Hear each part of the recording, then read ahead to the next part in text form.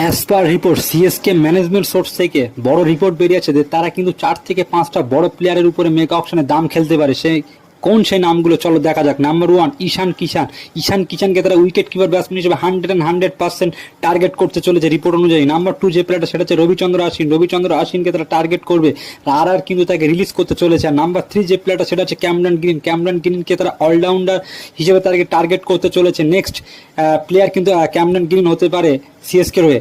আর 4th যে player সেটা হচ্ছে ঋষভ পান্তকে তারা অ্যাজ ক্যাপ্টেন হিসেবে টার্গেট করতে চলে যদি দিল্লি ক্যাপিটালস তাকে রিলিজ করে। আর নাম্বার 5 যে প্লেয়ার সেটা হচ্ছে সিএসকে হয়ে খেলেছে সেটা হচ্ছে বেন স্টোক। এই বেন স্টোকের পেছনে কিন্তু 100% যাবে যদি বেন স্টোক অকশনে 2025 যে মেগা অকশনে সেই 25 মেগা অকশনে যদি নাম দেয় তাহলে বেন স্টোকের পেছনে কিন্তু 100% সিএসকে ম্যানেজমেন্ট যাবে। তাহলে এই যে Rishabh Pant, Ben Stokes, Cameron Green, তারপরে ঈশান কিষান, কেএল রাহুল, এই বড় বড় কটা প্লেয়ারকে তারা টার্গেট করতে চলেছে।